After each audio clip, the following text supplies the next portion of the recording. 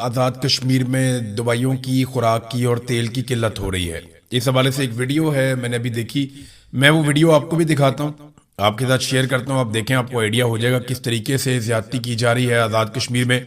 क्योंकि जब बीबीसी ने इसको रिपोर्ट किया तो पाकिस्तान की हुकूमत ने, चाहे वो PMLN की और पीपल्स पार्टी की वफाकी हुकूमत है, चाहे वो पीपल्स पार्टी की आज़ाद कश्मीर की हुकूमत है, वो दोनों ने मिलकर ये कहा जी कि ये बीबीसी की रिपोर्टिंग गलत है। अब मैं आपको सबूत दिखाता हूँ, बहुत सारे सबूत मौजूद हैं, लेकिन सिर्फ एक नौजवान की बनाई हुई वीडियो ये जरा आप देखिए और सुनिए कि इस वीडियो में क्या हो रहा है। भाईजान ये ट्रक क्यों खड़े हैं? जाने नहीं दे रहे। कौन नहीं जाने दे रहे? पंजाब पुलिस। पंजाब पुलिस नहीं जाने दे रही। क्या कह रहे हैं? वो तो बंद करो, खाना पीना उनका। अच्छा, क्या कह रहे हैं? इनका खाना पीना बंद करो कश्मीरियों का। बंद करो। ओहो भाई, ये अभी हम मरी से जा रहे हैं मुजफ्फराबाद की तरफ। जितना भी राशन आजाद जम्मू कश्मीर की तरफ जा रहा था, यहाँ पे पंजाब पुलिस ने ट्रक रोके हैं। ये देखें, ये राशन के साथ लोड हैं, ये आजाद जम्मू कश्मीर में जाने नहीं दे रही। ये नौजवान जो वहां से गुजर रहे थे, उन्होंने ये वीडियो बना के सोशल मीडिया पे डाली है और ये वीडियो भी सर्कुलेट कर रही है और बहुत सारी वीडियोस हैं, कुछ मुझे भी लोगों ने भेजी हैं। तो अब आप अंदाजा करें कि ये क्या रियासत के करने का काम है कि तेल बंद कर दो, दवाइयां बंद कर दो, खुराक बंद कर दो। इससे क्या मोहब्बत पैदा होगी? इससे तो शदीद नफरत पैदा होगी। इससे तो ये लोग आपसे नफरत करेंगे। वहाँ खवातीन हैं, बच्चे हैं, बुजुर्ग हैं, बहुत सारे बीमार हैं, उन्हें दवाइयां चाहिए, बहुत सारे लोगों को खाना पीना चाहिए। आप क्या चाह रहे हैं कि अवामी एक्शन कमेटी के ऊपर वहां के अवाम गोली चला दें और ये आपस में लड़ पड़े वहां के अवाम? या आप खुद अब गोली नहीं चलाना चाहते, खाना जंगी करवाना चाहते हैं? यानी खुराक की किल्लत तो गजा में पैदा की जाती है। ये चीजें तो मकबूजा कश्मीर में भी हमने नहीं सुनी कि वहां पे खुराक ही बंद कर दी लोगों की। ये बहुत अफसोसनाक है। इसको जितनी जल्दी खत्म करें उतना बेहतर है। अफसार आलम समेत और उनके अलावा कई जर्नैलों का जो पैगाम लाने वाले जो सहाफ़ी हैं, जो फॉरवर्ड एज रिसीव कर देते हैं, जैसे ही मिलता है वैसे ही उसको पैगाम को फॉरवर्ड करते हैं। उन टाउटों ने बहुत सारी चीजें क्लियर कर दी है, जिनमें 3 मेन चीजें हैं। ये याद रखिए, आज़ाद कश्मीर के तमाम लोग, मिलिट्री एस्टेब्लिशमेंट ने 3 चीजों के हवाले से बड़ा क्लियर पैगाम पहुंचा दिया है। ये पैगाम आप सुन लीजिए। नंबर 1, उन्होंने कहा जी कि कलअदमी रखा जाएगा अवामी जॉइंट एक्शन कमेटी को। ये कलअदमी रहेगी, ये फैसला एस्टेब्लिशमेंट ने कर लिया। नंबर 2, ख्वाजा महरान, शौकत नवाज मीर, उमर नजीर कश्मीरी और सरदार अमान से कोई बातचीत नहीं की जाएगी। उनके तो मैंने आपको पहले ही बताया कि डेथ वारंटी उनके साइन कर दिए गए हैं और इनमें से एक पर गोली भी चल चुकी है। यानी जो अब तक सामने आया उस पर गोली भी चला दी गई थी और वो जो उमर नज़ीर कश्मीरी हैं वो अभी भी जख्मी है। और नंबर 3 ये है कि मुतालबा तस्लीम नहीं किए जाएंगे। खास तौर पे जो 12 मुहाजिरीन की नशिस्तों वाला मुतालबा है वो तो बिल्कुल तस्लीम नहीं किया जाएगा। और अगर कोई तब्दील करना चाहता है स्टेटस को तो वो फिर 2/3 अक्सरियत के साथ, पहले वो अपनी हुकूमत बनाए, फिर 2/3 अक्सरियत के साथ 12 नशिस्तें मुहाजिरीन की खत्म करे। अब बड़ी दिलचस्प बात यह है कि जब भी किसी ने 2/3 अक्सरियत हासिल करनी है तो ये 12 नशिस्तें उसको चाहिए होंगी। इन 12 नशिस्तों के बगैर तो नामुमकिनात में से है कि किसी के पास 2/3 अक्सरियत आ जाए। अब अगर एक पॉलिटिकल पार्टी हुकूमत बना लेती है तो ये 12 नशिस्तें अपने पास रख लेती है एस्टेब्लिशमेंट, तो वो कभी भी आइन में तरमीम नहीं कर पाएगी, तब्दीली नहीं ले पाएगी, 2/3 अक्सरियत पूरी नहीं होती। और ये 12 लोग अपनी सीटें हमेशा के लिए खत्म तो नहीं करेंगे, ये नहीं चाहेंगे कभी भी ऐसा हो। लिहाजा बड़ा बंदोबस्त किया है एस्टेब्लिशमेंट ने। लेकिन अगर सारी जमातें मिलकर एस्टेब्लिशमेंट से जान छुड़ाना चाहें, कोई ऐसा वक्त आ जाए पाकिस्तान में तो शायद हो जाए, वरना आजाद कश्मीर के ऊपर कंट्रोल बड़ा मजबूत है। लेकिन दूसरी तरफ आजाद कश्मीर के जो लोग हैं वो भी पीछे हटने के लिए बिल्कुल तैयार नहीं है। यानी लोग अभी भी बहुत बड़ी तादाद में धरनों में मौजूद हैं, एहतजाज में मौजूद है। और उन्होंने कॉल दी थी, वो बढ़ने वाले थे मुजफ्फराबाद की जानिब, लेकिन फजल रहमान साहब ने कहा कि मैं सालसी करवाता हूँ, आप ये एहतजाज मुअख्खर कर दें। तो उन्होंने फजल रहमान साहब की दरखास्त के ऊपर अपना एहतजाज मुअख्खर कर दिया। लेकिन बार बार वो अपने जलसे जुलूसों में कह रहे हैं कि हम किसी वक्त भी आगे बढ़ने का ऐलान कर सकते हैं, हम मुज़ाकरात के लिए लचक दिखा रहे हैं, हमारे मुतालबा तस्लीम किए जाएं, वरना हम आगे बढ़ सकते हैं और दोबारा से एहतजाज शुरू कर सकते हैं। अब जब ये आगे बढ़ेंगे तो इनको रोकने की कोशिश की जाएगी, वहीं पे तसादुम होगा।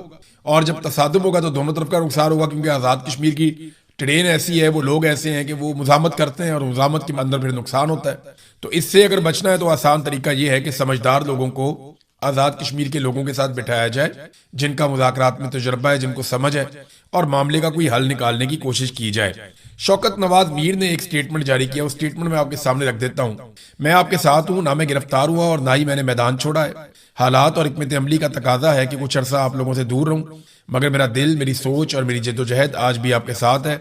याद रखें, हर मसले का हल लड़ाई नहीं होता, बाद औक़ात सब्र, हिकमत और दुरुस्त वक्त का इंतजार भी जद्दोजहद का हिस्सा होता है। वो वक्त जरूर आएगा जब हमारे ऊपर लगाए गए दहशतगर्दी के तमाम इल्जामात इन्हीं लोगों को वापस लेने पड़ेंगे जिन्होंने ये झूठ गढ़ा है। सच को दबाया जा सकता है, शिकस्त नहीं दी जा सकती। अपनी सफ़ों में इत्तेहाद, नज़्म ज़ब्त और हौसला कायम रखें। हमारी जद्दोजहद हक, इंसाफ और अवामी हकूक के लिए है और हक की आवाज़ कभी खामोश नहीं होती। ये पैगाम दिया है शौकत नवाज मीर साहब ने। पाकिस्तान पीपल्स पार्टी ने एक बड़ा जबरदस्त काम किया। बिलावल करता यह है कि वो कौमी असम्बली में जाता है और जाके या कहीं पे अगर स्टेटमेंट देता है तो वहां पे बिलावल या पाकिस्तान पीपल्स पार्टी के लोग वो आजाद कश्मीर में जो कुछ भी होता है या हो रहा है इसका मलबा वफाकी हुकूमत पे डाल देते हैं कि शहबाज शरीफ के वज़रा ये कर रहे हैं, ख्वाजा आसिफ ने ये वाला स्टेटमेंट क्यों दिया, ख्वाजा आसिफ ने क्यों कहा कि रावला कोट के लोग कश्मीरी नहीं है। भी ख्वाजा आसिफ का जुर्म तो इतना सा है, वहां तो गोलियां भी चल रही हैं, बंदे भी मारे जा रहे हैं, वहां तो इंसानों के सरों की कीमतें भी रख दी गई। वहां की जो आवाम की एक मकबूल जमात है जॉइंट अवामी एक्शन कमेटी, उसके ऊपर पाबंदी भी लगा दी गई, उसे कलअदम करार दे दिया गया। ये सारा कुछ कौन कर रहा है? ये पाकिस्तान पीपल्स पार्टी की आजाद कश्मीर की हुकूमत कर रही है। फैसल राठौर उस हुकूमत का वजीर आजम है। तो बिलावल बड़ी चालाकी के साथ ना ये साबित करने की कोशिश करता है कि वो तो अपोजिशन है और ये जो कुछ भी आजाद कश्मीर में हो रहा है इसके लिए जिम्मेदार बिलावल ठहरा देता है बड़े आराम से शहबाज शरीफ और उसकी हुकूमत को। लेकिन असल में इसके लिए जो बड़ा जिम्मेदार है वो बिलावल खुद है, क्योंकि बिलावल पीपल्स पार्टी है और पीपल्स पार्टी की आजाद कश्मीर में इस वक्त जाली हुकूमत है और वो वहां जाल सादी के साथ वो तमाम इकदाम कर रहे हैं, चाहे वो उनके रहनुमाओं के सरों के ऊपर इनामात रखना हो, चाहे उस जमात को कलअदम करार देना हो, चाहे फोर्सेस को दावत देकर आजाद कश्मीर में बुलाना हो, चाहे बार बार क्रैकडाउन करना हो, गोली चलानी हो। इन तमाम फैसलों के पीछे जो एक फोर्स खड़ी है वो पाकिस्तान पीपल्स पार्टी है, लिहाजा भी इस फैक्टर को नजरअंदाज नहीं कर सकते। नाज़रीन, एक नया चूरन पाकिस्तान में बेचने की कोशिश की जा रही है। आने वाले दिनों में बड़ी शद और मद के साथ ये चूरन बेचा जाएगा। एक तो ये साबित करने की कुछ टाउट्स कोशिश कर रहे हैं कि आसिम मुनीर बहुत जमहूरी है, यानी आसिम मुनीर शहबाज शरीफ को स्पेस देते हैं, वो बहुत जमहूरी है। तो ऐसा बिल्कुल नहीं है। आसिम मुनीर जहां मौका मिलता है वो वहां घुस जाते हैं। वो बिल्कुल जमहूरी सोच उनकी नहीं है। वो अपने हलफ की खिलाफ वर्जी करते हैं। अगर वो हलफ की पासदारी करते तो वो कभी भी डिप्लोमेसी के अंदर रोल प्ले ना करते। हलफ की पासदारी करते तो पूरा इलेक्शन चोरी ना करते। हलफ की पासदारी करते तो सियासी मामलात में मुदाखलत ना करते, एक्सटेंशन और इस्तिस्ना जैसी खुराफात के अंदर ना पड़ते। हलफ की अगर वो खिलाफ वर्जी ना करते तो इतनी सारी जबरी गुमशुदगियां ना करते, सहाफियों को, शायरों को और वकला को और पता नहीं किस किस को, इवन पार्लियामेंटेरियंस तक को उन्होंने अगवा करवाया। ये सारा कुछ वो कभी ना करते अगर वो हलफ की पासदारी करते और उनके अंदर एक जमहूरी सोच मौजूद होती। तो एक तो नया चूरन ये है कि जनाब वो बहुत जमहूरी है। दूसरा एक नया चूरन जो है वो बेचा जा रहा है कि इसराइल कहीं आसिम मुनीर साहब को कत्ल करना चाहता है। यानी ये अब खबरें चलना शुरू हो गई हैं, हल्की हल्की इसके ऊपर लोगों ने बातचीत शुरू कर दी है। बाहर से भी एक दो सोर्सेज हैं जिनसे खबर दिलवा दी गई है कि जनाब इसराइल आसिम मुनीर को कत्ल करना चाहता है और उसके लिए कोई बड़ा बारीक वारदात हो रही है। नहीं, ऐसा नहीं है। इसराइल को आज तक पाकिस्तान में अगर कोई हुक्मरान सबसे ज्यादा सूट किया है तो वो आसिम मुनीर है। मैं आपको वजह बताता हूं कैसे। आसिम मुनीर साहब पाकिस्तान के वो वाहिद हुक्मरान हैं जिनके दौर में इसराइल के खिलाफ एहतजाज करने वालों पे गोली चली है। आसिम मुनीर साहब पाकिस्तान की तारीख में वो वाहिद हुक्मरान हैं जिनके दौर में इसराइल के ऊपर या उसके मंसूबों के खिलाफ आप एहतजाज करने निकलें तो आपको गिरफ्तार किया जाता है, आप पे गोली चलाई जाती है, आपके ऊपर सख्ती की जाती है, आप पर छापे मारे जाते हैं, आप पर क्रैकडाउन किया जाता है। पहली मर्तबा ऐसा हुआ कि आप फलस्तीन का झंडा पाकिस्तान में नहीं उठा सकते, आप जब उठाएंगे तो उसके ऊपर रद्द अमल आएगा। ये सिर्फ आसिम मुनीर साहब के दौर में हुआ। आप फलस्तीनियों के हक में अगर निकलना चाहें तो आपको कुचल दिया जाएगा। ये सिर्फ आसिम मुनीर साहब के दौर में हुआ। तो इसराइल के अखबारात भी ये लिखते रहे हैं, बहुत सारे लोग ये तज्जिया भी करते रहे हैं कि आसिम मुनीर साहब ज्यादा फ्लेक्सिबल हैं इसराइल के मामले में पाकिस्तान के बाकी हुक्मरानों की निस्बत, और उन्होंने जो डिलीवर किया है वो इससे पहले कोई नहीं कर पाया। यानी अब आप इसराइल के खिलाफ एहतजाज नहीं कर सकते, आप फलस्तीन के हक में नहीं निकल सकते, हत्ता कि आप फलस्तीन का झंडा भी नहीं उठा सकते। आपको कुट पड़ेगी या आपको गिरफ्तार कर लिया जाएगा, जबरी तौर पर लापता भी कर सकते हैं और कत्ल भी कर सकते हैं। पाकिस्तान में ये सब कुछ हुआ। तो ये जो नया चूरन बेचा गया कि जनाब आसिम मुनीर साहब को इसराइल कत्ल करना चाहता है, मेरे ख्याल में ये गलत है। जो दुरुस्त चीज है वो ये है कि जितनी जल्दी आसिम मुनीर साहब खुद को इन सियासी मामलात से अलग कर लेंगे ना, अपने आप को और अपने इदारे को इन सियासी मामलात से जितना दूर ले जा सकते हैं, जितनी जल्दी ले जाएंगे उतना पाकिस्तान के लिए बेहतर है। वरना ये काम होना तो जरूर है, आज नहीं तो कल हो जाएगा, लेकिन इसमें नुकसान काफी ज्यादा हो जाएगा। नाज़रीन, नेतन्याहू के लिए बड़ी मुसीबत बन गई है और नेतन्याहू पर अदालत में केसेस है। नंबर एक, देखें वो बहुत सारी चीजें इकट्ठी होकर आ गई। नंबर एक, उस पर अदालत के अंदर केसेस चल रहे हैं और वो बिल्कुल आखिरी मराहिल में दाखिल हो चुके हैं। नंबर दो, ईरान से बदतरीन शिकस्त हो चुकी है क्योंकि इस रीजन में एक ही मुल्क था जिसने टक्कर देनी थी इसराइल को और उन्हीं के लिए तैयारी थी इसराइल की सारी, और वो ये हमेशा से बताते थे कि ईरान से हम बहुत ताकतवर हैं, लेकिन ईरान ने जिस तरह मुकाबला किया वो शिकस्त अब नेतन्याहू के खाते पड़ गई। नंबर तीन, ट्रंप का रवैया काफी बदलता जा रहा है। ट्रंप जो है वो ईरान के साथ जो डील है उसको ज्यादा इंपॉर्टेंस दे रहे हैं नेतन्याहू से ताल्लुकात से भी, यानी जो नेतन्याहू से ताल्लुकात हैं उससे ज्यादा ट्रंप इंपॉर्टेंस दे रहे हैं ईरान के साथ जो मुआहदा हो रहा है उसको। तो ये भी एक नेतन्याहू के लिए बहुत परेशानी वाली बात है और सियासी नाकामी है बहुत बड़े पैमाने पर कि अब अगर इलेक्शन होते हैं तो नेतन्याहू की पोजीशन बड़ी कमजोर हो सकती है। नाज़रीन, डोनाल्ड ट्रंप के लिए भी जो मिनाब स्कूल वाला इंसिडेंट है वो एक मुसीबत बन गया क्योंकि वहां पे 168 तालिबात जाँ बहक हुई थी मिनाब स्कूल वाले वाकये में। अब डोनाल्ड ट्रंप से ये सवालात पूछे जाते हैं तो उनके पास जवाब कोई नहीं होता। तो इस मरतबा डोनाल्ड ट्रंप ने जो जवाब दिया वो बड़ा घुमा घुमा के जवाब दिया। उसने हर तरह से बचने की कोशिश की, जनाब मैं नहीं जानता कौन जिम्मेदार है, इसका तो तयन होना बाकी है, मैंने भी रिपोर्ट देखी नहीं है, हवा में बहुत सारे मिसाइल थे, सब लोग मिसाइल चला रहे थे, पता नहीं किसका मिसाइल जाकर लग गया, मुझे नहीं लगता कि वो अमेरिका का मिसाइल था जो जाकर स्कूल के अंदर लगा। देखें, ये रिस्पॉन्सिबिलिटी किसी को तो लेनी पड़ेगी। ईरान ने इसकी मुकम्मल तहकीकात करवाई है और आलमी इदारों को उसने ऑफर भी किया कि जो आकर देखना चाहता है जो चाहिए हम देते हैं। अब मिनाब स्कूल के अंदर 168 बच्चियां शहीद हुई हैं।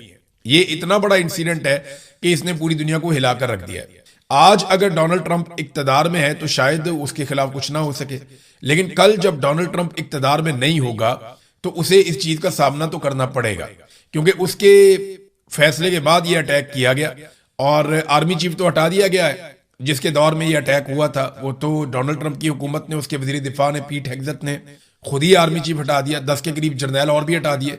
तो पीट हेग्सेथ जो है वो एक के बाद एक जर्नैल अमेरिका में तब्दील कर देता है, वो पूछता भी नहीं है उससे कितना ताकतवर है अमेरिका का वजीर दिफा।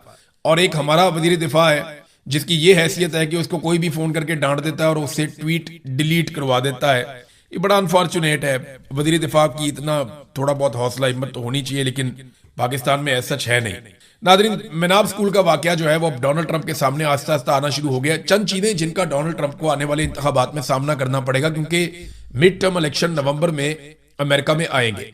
अगर डोनाल्ड ट्रंप ये इलेक्शन हार जाता है तो उसके पास अक्सरियत नहीं रहेगी, फिर डोनाल्ड ट्रंप को इम्पीच किया जाएगा। ये डोनाल्ड ट्रंप खुद कह चुके हैं कि अगर मैं मिड टर्म इलेक्शन हार गया तो 100% मुझे इम्पीच किया जाएगा। और अगर डोनाल्ड ट्रंप को इम्पीच किया जाता है या उसका मुआखजा किया जाता है तो रवायत तो यही है कि डोनाल्ड ट्रंप को पीछे हटना पड़ेगा।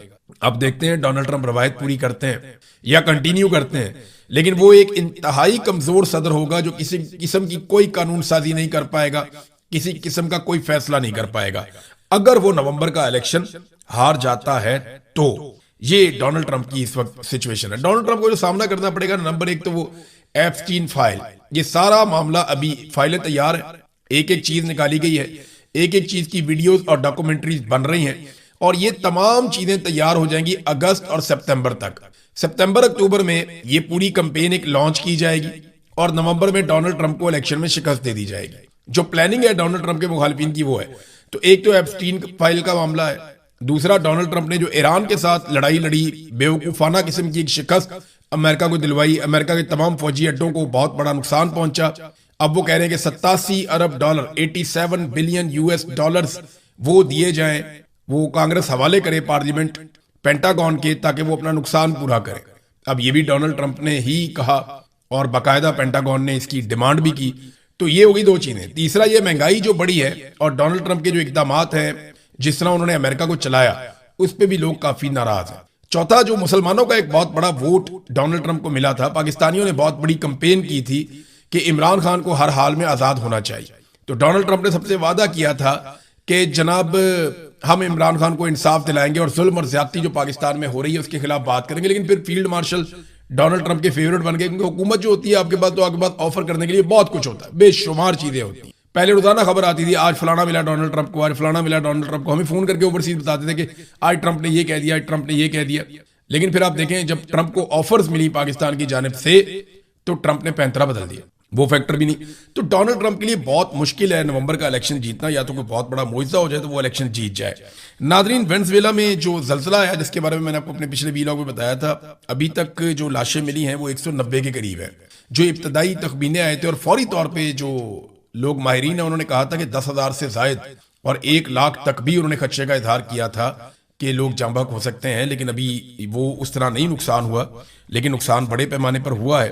अब तक 190 लाशें जो है वो निकाली जा चुकी हैं और लगातार रेस्क्यू का काम जारी है। तो अभी अगले 24-48 घंटों में हमें बिल्कुल समझ आ जाएगी कि वेनेजुएला में कितनी शिद्दत का जलजला था, कितना नुकसान हुआ और कब तक वो रिकवर करेंगे।